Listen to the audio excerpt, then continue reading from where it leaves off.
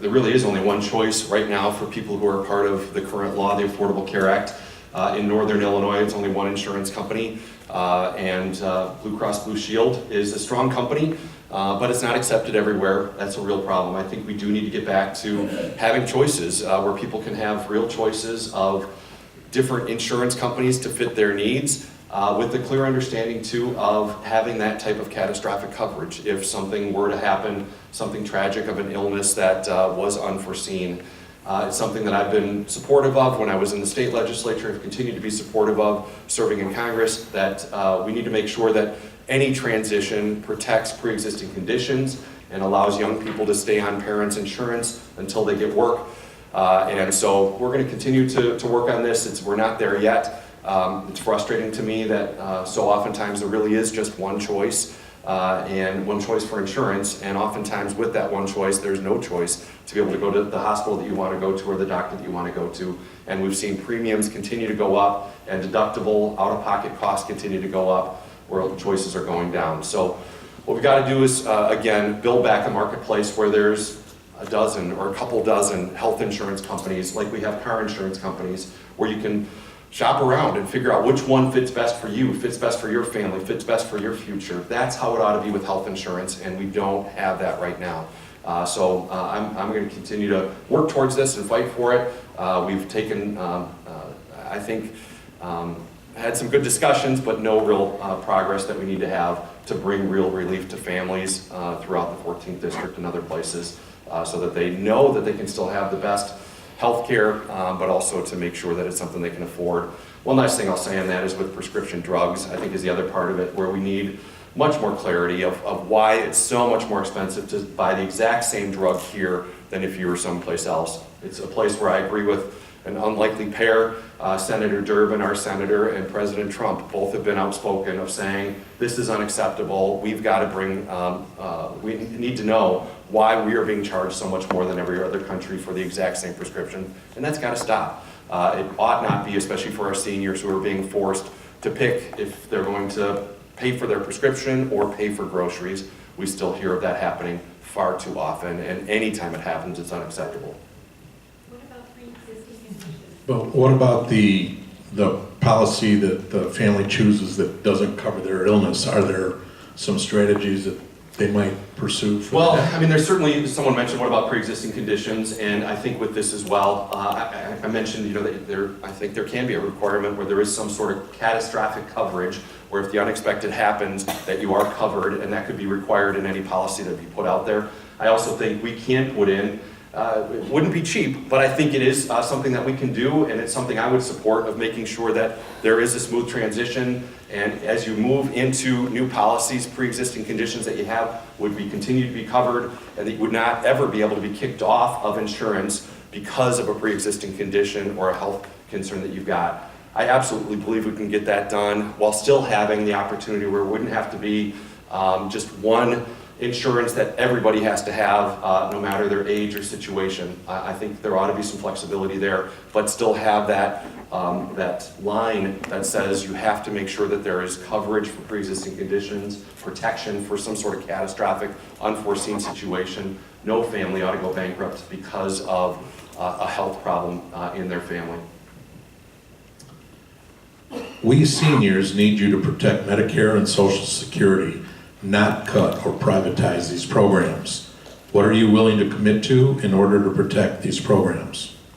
Well, I will 100% commit to you that I will protect Social Security, I will protect Medicare, I will do everything I can to make sure that they stay exactly as they are, that they are not privatized, that they are there for you. You've paid into them, you've worked many 40, 45 years to be able to be to the point where you can retire. And I will do everything I possibly can to make sure that that is our #1 priority, along with protecting our veterans and people with disabilities, is protecting our seniors and making sure that we follow through on the promises that we've made. And I will never stand for something that would undercut that or take away that protection. The thing that I think is really important to make sure that these programs are strong, and what I'd like to see is even to grow, because I don't feel like there's significant enough cost of living adjustments in Social Security to cover real costs. And so we need to have that grow. And I am encouraged with the growing economy. One of the best things for Social Security and Medicare is to have more people in the workforce who are not retired. And we're seeing that. We're seeing a dramatic reduction of very high unemployment to some of the lowest historic unemployment. That's a good thing for Social Security. We need to keep that going and growing. When will the foreign aid and military aid, which our nation so graciously provides to a number of nations, especially those which we truly know do not act anywhere close to being supportive of our country and its people, finally be pulled from them and redirected to much more profitable areas in our nation, such as building our border wall and refurbishing our infrastructure?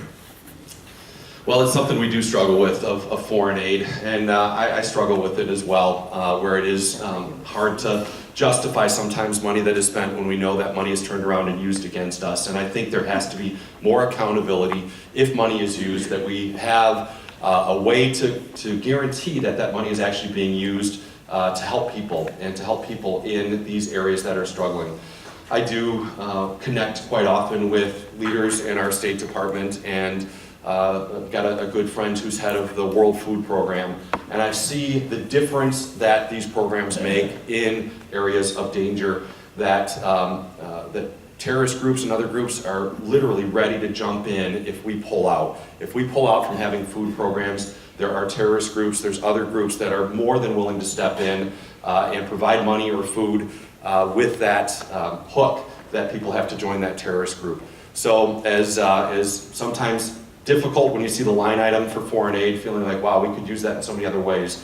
I also play it out of how much more dangerous the world would be if America wasn't a part of important food programs. So I do think it's important for us to continue these, always to be accountable, hold them accountable to make sure that that money isn't being misused or being pushed into situations that could encourage hate or benefit just one or two or three people in a country, to make sure as best we can when we are doing aid with financial aid or food, that it really is getting to the people who need it. The other thing that I'm so proud of is our farmers here, especially in Illinois, who have been a big part of going along with these programs, of helping train people in these other countries to be able to plant and to grow and to make good decisions of what crops will work well in the climates that they're in and the situations that they're in. And it's been great positive of sustainability in many of these other countries, of being able to farm, not only for sustaining their own families, but to be able to sell and to have something of value. And so grateful. That I think is another part of aid that isn't necessarily dollars, but is real people and expertise and advice and a willingness again for people to step in and help there. So we need to continue that, and always making sure it's not being abused. My nephew was shot and killed by a known mental patient. When is Congress going to enact common sense gun legislation to prevent this happening to others? Well, I'm so sorry to you and your family, honestly. I can't imagine what you'd be going through. And it breaks my heart of the shootings and the killings. As I mentioned earlier, I'm someone who has been and will continue to be open to look at anything that would be a significant reduction in killing. And I still believe we need to look at violence, gun violence, and what is happening there. We certainly, I don't always agree with Mayor Rahm Emanuel in Chicago, but I did agree with him when he spoke after a weekend ago where there were 71 shootings in 60 hours. And Mayor Emanuel talked about that it's not the police's fault, it's people, it's character, it's what is driving people to want to kill other people. And I think this is something we have to keep talking about. There are certainly situations where there's someone who has mental health issues. We've taken big steps of increasing funding for mental health treatment. Literally some of the highest funding that's ever gone into these mental health programs that we're seeing right now. So I'm encouraged by that, but we're not doing enough. And this is again where we as communities have to be willing to speak up and step out when someone that we know, whether it's in our own family or whether it's a neighbor or someone in the community, is having challenges and is maybe saying something where they could be a threat to other people, that we speak up and say something, and to make sure that law enforcement follows through on those potential threats and make sure that we're all protected. I want to make sure that our laws are in place, that we are getting guns and weapons out of the hands of criminals and people who are mentally ill, people who want to cause harm to other people, while still being a strong believer in the Second Amendment and still believing that there are still proper uses of guns, and we need to continue to equip law enforcement to make sure that they have the tools to go after people again who are looking to do harm to others, to go after gang members. Still, it is hard for me to wrap my mind around the fact that there's 33,000 known gang members in Chicago, exact size of St. Charles, Illinois. And we've got to start breaking through that. We've got to bring hope back into these communities, and education and jobs and faith and so many things that could help rebuild these communities that are being destroyed. And we see far too often where kids are killing kids. We need to make it stop. And the other thing we need to be talking about specifically with gun violence and gun deaths is the number of suicides that we're seeing right now. And we've seen a 30% increase of suicides in the last 15 years. The statistic I saw was of age 10 to adult has increased 30%. Just reading that, the idea of 10-year-olds committing suicide is hard for me to even imagine. And we need to be doing everything we possibly can to be bringing help to people who have reached that level of hopelessness where they feel like the best solution is to take their life, and get them help. And that is, again, for all of us as best as we can to be able to respond quickly and to do what we can to speak up and try and get people in a place where they can get the care and treatment that they need to be able to deal with a real disease that is a real problem. Considering President Trump clearly denies any Russian involvement with 2016's election, how can we citizens be assured there'll be no tampering with November's primary and any and all elections going forward? Well, I disagree with the president on this. I'm absolutely convinced that Russia did meddle in our elections, just as they've meddled in many things in our country and around the world. Like I said before about Putin, I just am convinced he is not a friend of America. He hates democracy. He hates this idea of government of the people, by the people, and for the people, and never wants to see that truly happen in Russia. So I do think there has to be accountability there. I think we have to continue to look at potentially sanctions or other things that we can push to make sure that this meddling stops and never happens again. I think it's important for the investigations to continue and come to completion so we know exactly what happened and we can make decisions from that. I would also say that we all have a responsibility in the validity of our elections, and we have that opportunity every election cycle. And I just want to encourage all of you, it starts locally. First and foremost, making sure that our own polling places are working. I encourage all of you to consider, if you don't already do this, to be an election judge. It's a big commitment that day. It's about 15 hours. But being right there in the community that you know people, you can watch the votes come in and out, you can see the vote total at the end of the day, you can follow it through as it gets delivered to the county, you can make sure that those votes are actually counted. If we all were to do that, if we all, and we do believe we all feel that this right to vote is fundamental and is not just a right but a responsibility that we have as citizens of this great country. It's embarrassing to me that we see other countries where people will stand in line for 6, 8, 10, 12 hours to be able to vote. It's relatively easy for people to vote here, but we still need to encourage more people that we know of to vote. We need to encourage people to be election judges where they can be watching literally minute by minute how that's going, be able to follow it through at the end of the day and make sure it happens. We also have to make sure that our counties and election commissions are never allowing internet access to any type of voting booths or voting equipment. Even though this equipment is electronic, it is not open and accessible to any type of internet meddling or cyber meddling. It still has to happen internally. And again, that's where if we're watching and counting the votes, we can follow through and make sure the accountability is there. So we've got to hold any country or group responsible and accountable if they're acting in a way to mess with this fundamental right of who we are as Americans, and that's our right to vote. Do you support building or extending the wall on the southern border to keep Mexicans from coming into the country illegally? Or would you vote for funding the wall? Donald Trump said that Mexico would fund the wall. What happened?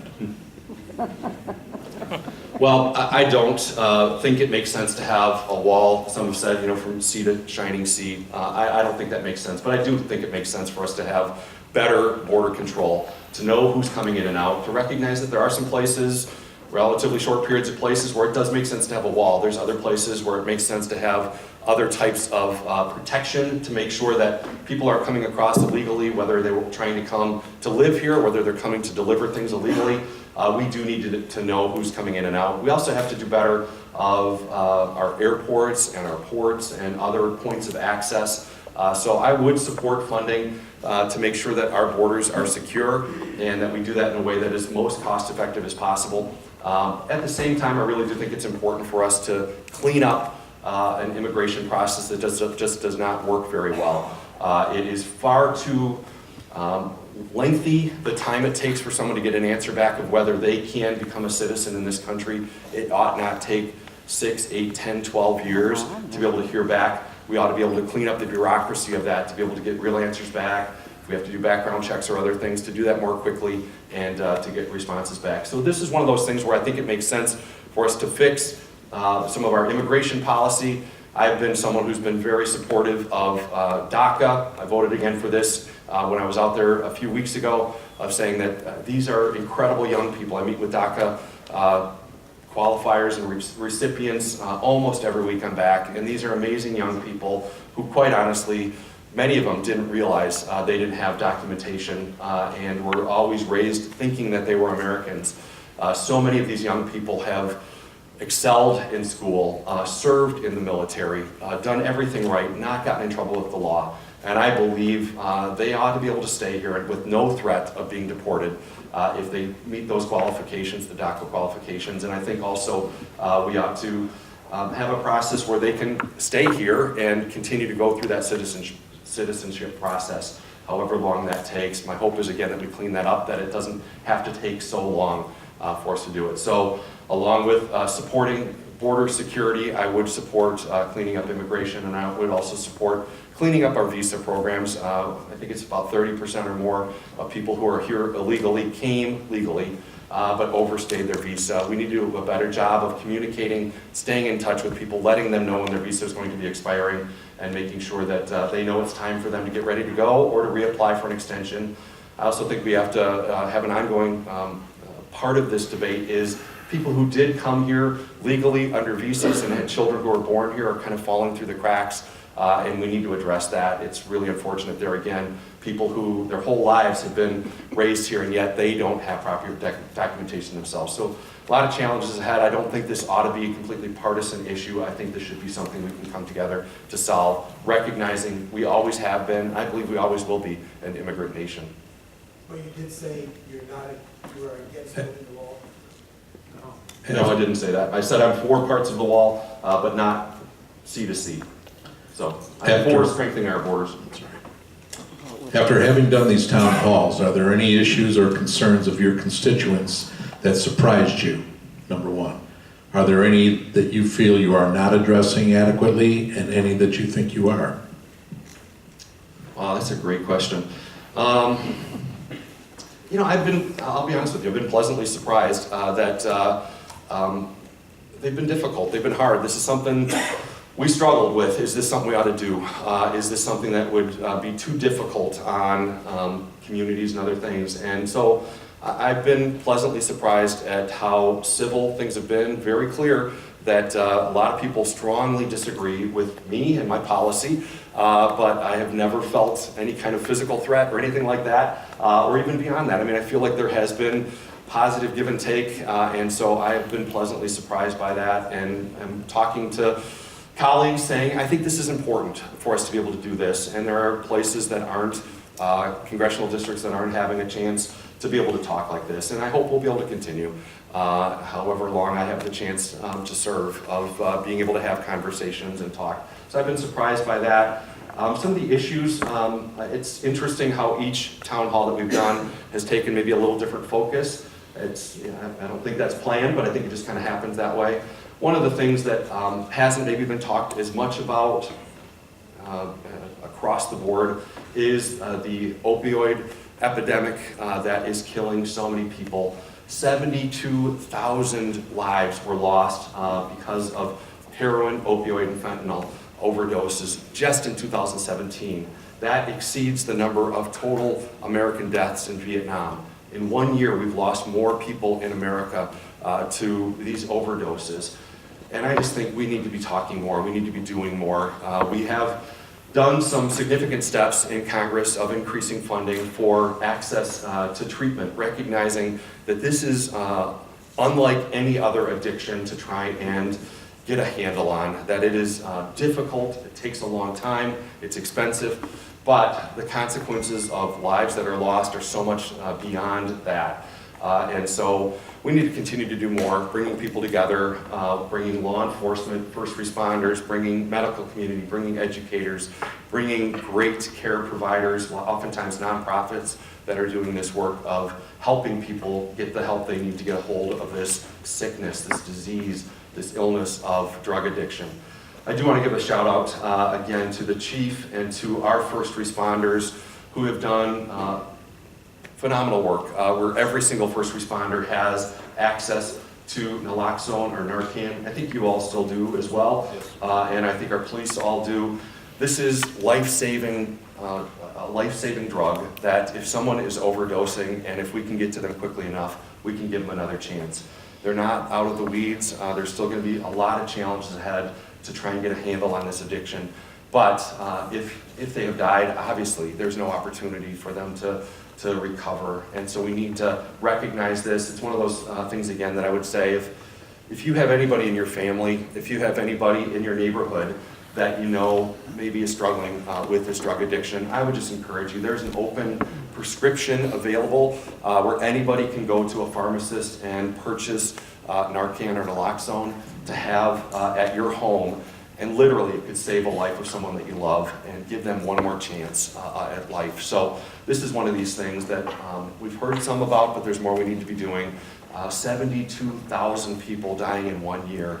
It's the #1 cause of accidental death. And so we need to make sure that we stop this, and that even if we save one life, it's all worth it. I think we can save thousands of lives by doing this, but it's one thing that, again, I think we need to be talking about more. Do you support the president's tariff wars? Pluralization is intentional, and if you do, why? I don't, for the most part. I don't like tariffs. I think tariffs are a tax on real people. I think it drives up costs for consumers. I think oftentimes friends are getting treated, friendly countries who we've always had a very good relationship are being treated the same way as countries that are clear enemies of ours and have been working to work against us. So I understand the purpose behind it. I was really frustrated with, again, some of the tariffs that were being pushed against some of our friends, Europe especially. Although out of that came some good compromise where they changed some of their policies and reduced some of the tariffs that they had on our goods. So I'm grateful for that. I feel like we're kind of through that. Now the focus is still on China especially, and I am frustrated and we need to do more to hold China accountable for the intellectual theft that they continue to do, stealing intellectual property, trying to manipulate currency in a way that they can take over certain core competencies of manufacturing that are vital for our own security and safety. So we need to be aware again that China is an enemy, and yet they still are important to us. And one of my biggest concerns out of this tariff battle is the innocent who are being hurt. And I can't think of a group that's a bigger innocent that's being hurt than our farmers, especially those who grew soybeans this year. They've done such a great job over the last years of marketing to places like China and really have been able to build up opportunities there. And yet the prices of soybeans have dropped so much that it was really crushing for a lot of family farms. So I'm really concerned about that and want this to end as quickly as possible. I think there are more targeted ways we can go after China and the horrible activity that it's been engaged in of stealing our property and respecting this. I would love to get to the point where there are zero tariffs across the board, whether it's other countries putting tariffs on our goods or ours on theirs. I think we would do so well if we could really have truly free and fair trade. I believe America can grow the best things in the world and can also make the best things in the world. And so we would thrive if that were the case. Why is this huge deficit not a problem now when during previous administrations the Republicans have screamed against the deficit?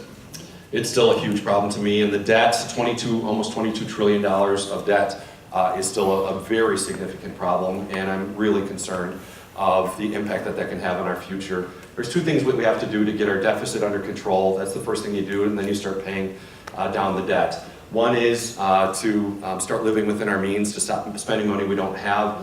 We did that through appropriations process in the House this year. We passed all of our appropriations the fastest they've ever been done. We did it in a way that would get us to a balanced budget within 10 years. I wish it could be faster. I just think we can't do it faster than that without devastating some really important programs that people depend upon. And making sure as we do all of that, that we're absolutely protecting Social Security and Medicare and our veterans and people with disabilities, that they keep getting their care.